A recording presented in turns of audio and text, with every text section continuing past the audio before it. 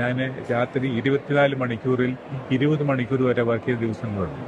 അതിൻ്റെ ഒരു നന്ദിയാണ്. ജീവിതത്തിൽ നിങ്ങൾ പഠിക്കുന്ന ഒരു സബ്ജക്റ്റ് മാത്രമായിട്ട് നിങ്ങൾ നിന്നാൽ 26-ാം വയസ്സിൽ തിരുവനന്തപുരം മെഡിക്കൽ കോളേജിൽ നിന്ന് MBBS പാസ്സായ ഒരു യുവ മലയാളി ഡോക്ടർ നേരെ UAE-യിൽ എത്തി. അദ്ദേഹത്തിന് ഇന്ന് 85 വയസ്സായി. അബുദാബി അവാർഡും പൗരത്വവും എല്ലാം നൽകിയ UAE അദ്ദേഹത്തെ ആദരിച്ചത് മറ്റൊരു തരത്തിൽ കൂടിയാണ്. അദ്ദേഹത്തിന്റെ പേര് UAE-യിലെ ഒരു സ്ട്രീറ്റിന് നൽകി, ജോർജ് മാത്യു സ്ട്രീറ്റ്.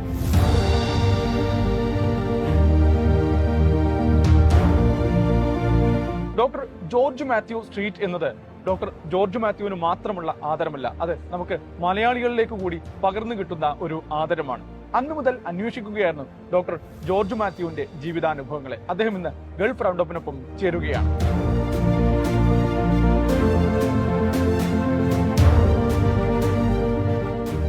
എന്നെ ഈ നാട്ടുകാർക്ക് ഇഷ്ടമായി. കാര്യം ഞാൻ വളരെ ആദരവോടുകൂടി, ഭാഷ പറയത്തില്ല, ഭാഷ അറിയത്തില്ല, അവരെന്നെ ഡയറക്ടറാക്കി.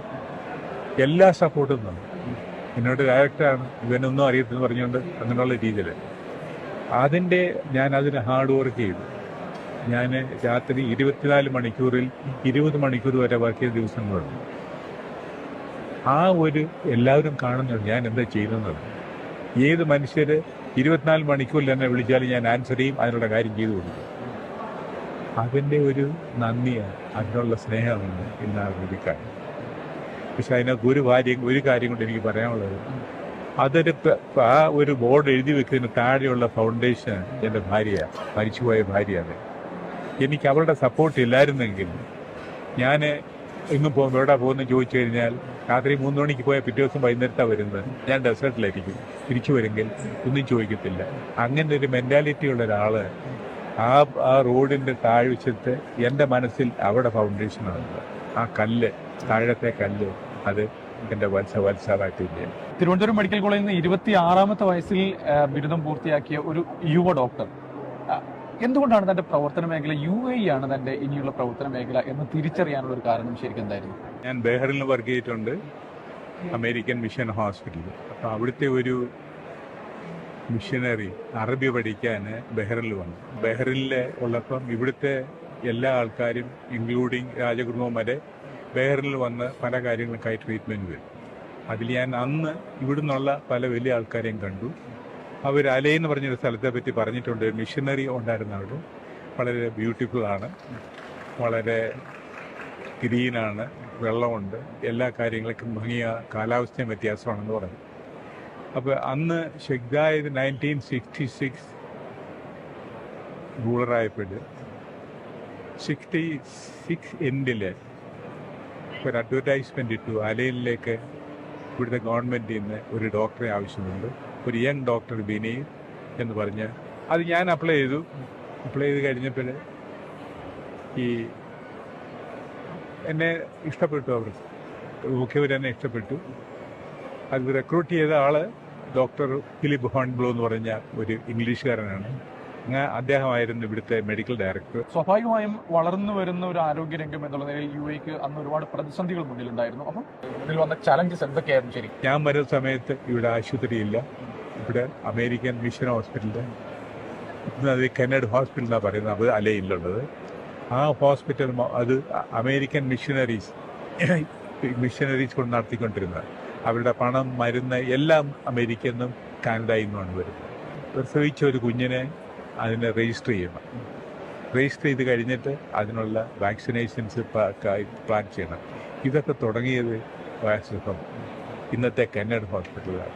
അത് കഴിഞ്ഞിട്ട് അത് മനസ്സിലാക്കാവുന്ന ഒരാളായിരുന്നു ഞാൻ വന്നിട്ട് അതേ പദ്ധതി തന്നെ മേളിലോട്ട് കൊണ്ടുവന്നു. ഞങ്ങൾക്ക് ആദ്യം വെറ്റിനറി ഹോസ്പിറ്റലില്ല, വെറ്റിനറി ഡോക്ടേഴ്സേ ഇല്ല. പക്ഷെ ഒരു ഏതെങ്കിലും അത്യാഹിതം ഉണ്ടായി, ഒരു ആട് അല്ലെങ്കിൽ ഒരു പശു, ക്യാമൽ പ്രസവിപ്പിക്കണമെങ്കിൽ നമ്മൾ സഹായിച്ചേ പറ്റും. ആ തീരുമാനം ഇല്ലാത്ത ഒരാൾ ഇവിടെ സർവേ ചെയ്യാൻ പറ്റില്ല. അത് നോക്കിക്കണ്ട ഒരാളാണ് ഷെയ്ഖ് സായദ്. UAE-യുടെ രാഷ്ട്രപിതാവ് Sheikh Zayed bin Sultan Al നഹ്യാനൊപ്പം ഒരുപാട് കാലം പ്രവർത്തിച്ചു. അദ്ദേഹത്തെ ഒരു നേതാവ് എന്ന നിലയിൽ അടുത്തറിയാം, വ്യക്തിപരമായിട്ട് അടുത്തറിയാം. ഒരു ആരോഗ്യരംഗത്തെ കെട്ടിപ്പടുക്കുന്ന ഒരു ഡോക്ടർ, അദ്ദേഹത്തിന് പ്രവർത്തിക്കുന്ന ആളെന്ന നിലയിൽ അടുത്തറിയാം. അപ്പം ആ അർത്ഥത്തിലൊക്കെ അദ്ദേഹത്തിന്റെ ഒരു ലീഡർഷിപ്പ് റോൾ എങ്ങനെയായിരുന്നു? ചിന്തിച്ച് ഒരു തീരുമാനത്തിലേക്ക് എത്തും. ആ തീരുമാനം പിന്നെ മാറ്റാൻ പറ്റും. അദ്ദേഹത്തിൻ്റെ തീരുമാനം എല്ലാ ആളുകളെയും, എല്ലാ മതങ്ങളെയും, എല്ലാ രാഷ്ട്രങ്ങളെയും ഉദ്ദേശിച്ചുകൊണ്ടാണ് അദ്ദേഹം ഇന്ന് UAE ആയി വന്നതിൻ്റെ കാരണം അദ്ദേഹത്തിൻ്റെ ചിന്തയാണ്. അദ്ദേഹവും ഷെഖ്രാഷിലും കൂടാണ് ഏറ്റവും കൂടുതൽ ഇതിനായിട്ട് പ്രവർത്തിച്ചിരുന്നത്. പക്ഷെ അതിനുള്ളൊരു ബുദ്ധി ഉണ്ടാകുക. അദ്ദേഹത്തിന് കാശുണ്ട്, പെട്രോളുണ്ട്, എല്ലാ സംവിധാനങ്ങളുമുണ്ട്. ഒറ്റയ്ക്ക് നിന്നാൽ പോരെ. അത് വേണ്ട, എനിക്കൊരു രാജ്യമാകണം, പാവപ്പെട്ടവരും വലിയവരും എല്ലാവരും ഒരുപോലെ ആകണം എന്ന് തീരുമാനിച്ചൊരു വ്യക്തിയെ കാണാൻ പറ്റും. അദ്ദേഹം എന്നോട് പറഞ്ഞതുപോലെ ഞാൻ പറഞ്ഞു, വി ലൈക്ക് യു, നിന്നെ ഞങ്ങൾക്ക് ഇഷ്ടമാണ്, അതുകൊണ്ട് നീ ഇവിടുന്ന് ഓടും പോകരുത്. അപ്പോൾ ഒന്നും വിഷമമില്ല, പക്ഷേ നിനക്ക് ഇവിടെ പോകണം, ഞാൻ സഹായിക്കാം. അദ്ദേഹം എന്നെ സഹായിച്ച് എല്ലായിടത്തും പോകുന്നു. സ്വാർത്ഥമായിട്ട് അവർക്ക് വേണ്ടി മാത്രമല്ല. ഇന്നത്തെ ഹെൽത്ത് സർവീസ് അബുദാബിയുടേത് നമ്മൾ ഒരു 51 വർഷം 50 കൊല്ലമായ ഒരു രാഷ്ട്രത്തിൻ്റെ അല്ല. കാരണം ഇന്ന് അതിന് ടെക്നോളജി പുറത്തുണ്ട്, അത് കൊണ്ടുവന്നാൽ മതി. അത് കൊണ്ടുവരാൻ മനസ്സ് വേണം, അത് സഹകരിക്കാനായിട്ട്. ഇന്ന് മേയോ ക്ലിനിക്കിൽ പോയാൽ, അമേരിക്കയുടെ one of the best hospital Mayo ക്ലിനിക്കിൽ പോയാൽ അതിനകത്തും ഷെഖ്ജാദിൻ്റെ ഒരു പടമുണ്ട്. ലോകത്തിലെ ഏറ്റവും വലിയ cancer one of the institute MD Anderson, അവിടെ ചെന്നാലും ഉണ്ട്. ജോൺസ് ഹോപ്കിൻസിൽ ചെന്നാലും അവിടെയുണ്ട്. എവിടെയൊക്കെ എല്ലാ ഹോസ്പിറ്റൽസ് ഉണ്ടോ അവിടെ എല്ലാം ഷെഖ്ജാദിൻ്റെ ഒരു കൈയുണ്ട്. കാരണം അത് നന്നാകുന്നതിനൊപ്പം തന്നെ അതിൻ്റെ ഒരു ഭാഗം ഇവിടെ ഡെവലപ്പ് ചെയ്യും. ഇന്ന് ഈ രാജ്യത്ത് റിസർച്ച് ഏറ്റവും ഹൈ റേറ്റിലാണ് കൊണ്ടിരിക്കുന്നത്. അതിനുള്ള ഇൻവെസ്റ്റ്മെൻറ്റ് കണം വേണ്ടേ? അതുകൊണ്ട് പക്ഷേ അതിനുള്ള എല്ലാ സാഹചര്യങ്ങളും ഒപ്പിച്ചു കൊടുക്കുന്നത് ഈ രാജ്യത്തിലെ നേതാക്കന്മാരാണ്. അന്നത്തെ മറക്കാനാവാത്ത അനുഭവങ്ങൾ എന്തൊക്കെയാണ്? ഞങ്ങൾ ആദ്യത്തെ ക്യാൻസർ ഹോസ്പിറ്റലിൽ മേജറായിട്ടുള്ളത് അബുദാബിയിൽ, പിന്നെ ഇതാണ് തവാം ഹോസ്പിറ്റൽ. ഷെഖ്ജാദി വിസിറ്റ് ചെയ്യാൻ വന്നു. അപ്പോൾ ഞങ്ങൾ കൂടെ നടന്നു പോയപ്പോൾ അവിടെ ഒരു ചെറിയ ഗാർഡൻ ഉണ്ട് നടുക്ക്. അവിടെ ഒരു സ്ത്രീ, പാവപ്പെട്ട ഒരു സ്ത്രീ ഛർദ്ദിക്കുന്നുണ്ട്. ഛർദ്ദിച്ചപ്പോൾ ഞാനപ്പോൾ എൻ്റെ കൂടെ നിന്ന ഡയറക്ടറിനോട് പറഞ്ഞു, എന്താന്ന് കണ്ടുപിടിച്ച് പറയണമെന്ന് പറഞ്ഞു. അപ്പം ഞങ്ങളിങ്ങനെല്ലാം കണ്ട് വരുമ്പോൾ അവരെന്നോട് പറഞ്ഞു, ഇവർ പിന്നെ അവരുടെ പത്താക്ക ഇല്ല, എൻ്റെ കാർഡില്ല, അതുകൊണ്ട് അവർക്ക് ട്രീറ്റ് ചെയ്യാൻ വിഷമമാണ്. അതുകൊണ്ട് അവർക്ക് കുറച്ച് എന്തോ വെള്ളമൊക്കെ കൊടുത്തിട്ട് അവരെ വിട്ടു. ഷെഖ്ജാദി പോകുന്നതിന് മുമ്പ് വണ്ടിയിൽ നിന്ന് ഇറങ്ങി, വണ്ടിയിലിരുന്നു. മറ്റു ആ സ്ത്രീക്ക് എന്താ പറ്റും?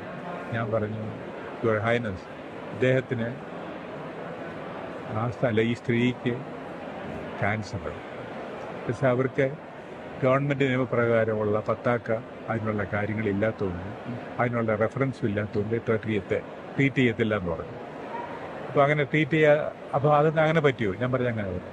ഇന്ന് തൊട്ട് ഈ രാജ്യത്തുള്ള ഏത് ജാതി, ഏത് മതം, ഏത് വ്യക്തി, ആണോ പെണ്ണോ പിള്ളേർ, ആർക്ക് ക്യാൻസർ ആണെങ്കിലും ശരി, തവാം ഹോസ്പിറ്റലിൽ വരുന്ന പേഷ്യൻസിന് ഫ്രീ ട്രീറ്റ്മെൻറ്റ്. ക്യാൻസറിൻ്റെ മരുന്നൊക്കെ $10,000-15,000 ഇഞ്ചക്ഷൻസ് ആണ്. അത് ഞാനിരുന്ന കാലത്ത് ഞങ്ങൾ വരുത്തി കൊടുക്കും. ഫോറിനറാണെങ്കിലും ലോക്കലാണെങ്കിലും. അവൻ ശ്രീലങ്ക സ്ത്രീയാണ്, നമ്മൾ ഉത്തരവാദിത്വമല്ല ചിന്തയപ്പോൾ ശ്രീലങ്ക പോയത്. അങ്ങനെയല്ല, അവർ ഈ രാജ്യത്ത് സെർവ് ചെയ്യുന്നൊരു പെണ്ണാണ്. അവർക്ക് ആ സ്ത്രീക്ക് നിങ്ങൾ ചെയ്യുന്നതിൻ്റെ മാക്സിമം. അന്ന് തൊട്ട് ഞങ്ങൾ വളരെ കുറച്ച് കാലത്തിന് മുമ്പ് വരെ ക്യാൻസർ ട്രീറ്റ്മെൻറ്റ് തവാം ഫ്രീയായിരുന്നു. Investigations treatment. തിരുവനന്തപുരം മെഡിക്കൽ കോളേജിൽ നിന്നുള്ള അനുഭവങ്ങൾ, അവിടുത്തെ പഠനം, അതൊക്കെ എത്രത്തോളം ജീവിതത്തിൽ നേട്ടമായിട്ടുണ്ട്, സഹായിച്ചിട്ടുണ്ട്? ഞാൻ വെറും ഡോക്ടറായിട്ട് ഇവിടെ വന്നാൽ ഞാൻ ഒരാഴ്ച കൊണ്ട് ഇവിടുന്ന് പോയേനെ. ഞാൻ ട്രിവാൻഡ്രം മെഡിക്കൽ കോളേജിൽ പഠിക്കുമ്പോൾ ഞാൻ വോളിബോളിൻ്റെ ക്യാപ്റ്റനാണ്. ഡ്രാമാറ്റിക് ക്ലബിൻ്റെ പ്രസിഡന്റ്, ചെയർമാനാണ്. മൂന്നാമത് എല്ലാ ഓർഗനൈസേഷനിലും പഠിത്തത്തെക്കാട്ടി കൂടുതൽ ഞാൻ ആറന്മുള പൊന്നമ്മയുടെ കൂടെയും പിന്നെ വീരരാഘവൻ നായരുടെയും വിക്രമൻ നായരുടെ കൂടെ നടന്ന് അഭിനയിക്കുക എൻ്റെ ജോലി. ഞാൻ കേരള വോളിബോൾ ലേഡീസിൻ്റെ കോച്ചുമായിരുന്നു. ആവശ്യമില്ലാത്ത മെഡിക്കൽ കോളേജ് പഠിക്കുന്ന എനിക്ക് തന്നെ അതിൻ്റെയൊക്കെ ഗുണമെന്ന് പറയുന്നത് മനുഷ്യരോട് ഇടപെടാനും, മനുഷ്യരുടെ മനസ്സിലാക്കാനും, മനുഷ്യരുടെ പ്രവൃത്തികൾ നമ്മൾ സഹായിക്കാനും. അതല്ലെങ്കിൽ എനിക്ക് പറ്റത്തില്ലായിരുന്നു. ഈ നമ്മൾ ജീവിതത്തിൽ ഒരു ഡോക്ടർ എന്നുള്ള മാത്രം പഠിച്ചു കഴിഞ്ഞാൽ ഡോക്ടറായില്ല. നിങ്ങൾ ലോകത്തെ അറിയണം, ആളുകളെ അറിയണം, മനസ്സിനെ അറിയണം, പ്രവർത്തിക്കാനും നിങ്ങൾക്കത് ചേഞ്ച് ചെയ്യാനുമുള്ള ഒരു അറ്റ്മോസ്ഫിയർ നിങ്ങളുടെ ഹൃദയത്തിൽ ഉണ്ടാക്കിയിട്ടില്ലെങ്കിൽ യു കനോട്ട് ബി സക്സസ്ഫുൾ. അല്ലെങ്കിൽ ഞാനിവിടെ ഒരാഴ്ച നിൽക്കത്തില്ല. ഞാൻ അന്ന് ഏതെങ്കിലും ഇപ്പം നമ്മൾ നാടകം പറഞ്ഞുകൊണ്ടിരിക്കുമ്പോൾ എന്തെങ്കിലും പിന്നെ വാക്കാ മറന്നുപോയി, നമ്മുടെ ഒരു വാക്ക് കണ്ടുപിടിച്ച് പറയുക, അല്ലെങ്കിൽ അതിന് ഉക്കുന്ന പറയുക, അല്ലെങ്കിൽ മറ്റെന്തെങ്കിലും പറഞ്ഞു തീർക്കുക, നാടകം നിർത്താൻ പറ്റുമോ?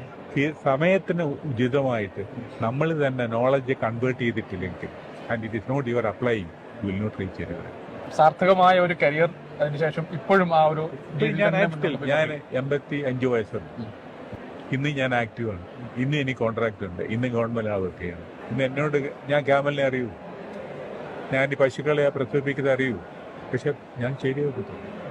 And then that made the people confident that you will be able to manage a critical situation. അതാണ് മെഡിസിന്റെ സക്സസ്. പഴയകാല നാടക വോളിബോൾ നൊസ്റ്റാൾജിയ എപ്പോഴും പിടിച്ചു വലിക്കാറുണ്ട്. ഇപ്പോഴും ഇവിടെ വന്നപ്പോൾ ഞാൻ വോളിബോൾ ടീം ഉണ്ടാക്കി. പടം എൻ്റെ ഉണ്ടായിരുന്നു. അത് പിന്നെ ഞങ്ങളെ വോളിബോൾ ടീം ഉണ്ടാക്കി. ഞാൻ ശക്താനുണ്ട്, ഗവർണറുടെ ടീമാണ്. മറ്റ് ടീമുകളോട്ട് ഞങ്ങൾ കളിക്കും. എനിക്ക് 2 വാച്ചും കിട്ടിയിട്ടുണ്ട്. പക്ഷെ അതൊക്കെ ആളുകൾ കൊണ്ടുപോയി. അത് കാര്യമില്ല. നോക്കൂ, ജീവിതത്തിൽ നിങ്ങൾ പഠിക്കുന്ന ഒരു സബ്ജക്റ്റ് മാത്രമായിട്ട് നിങ്ങൾ നിന്നാൽ you will not be successful. If you want to be successful, you have to change yourself according to the situation.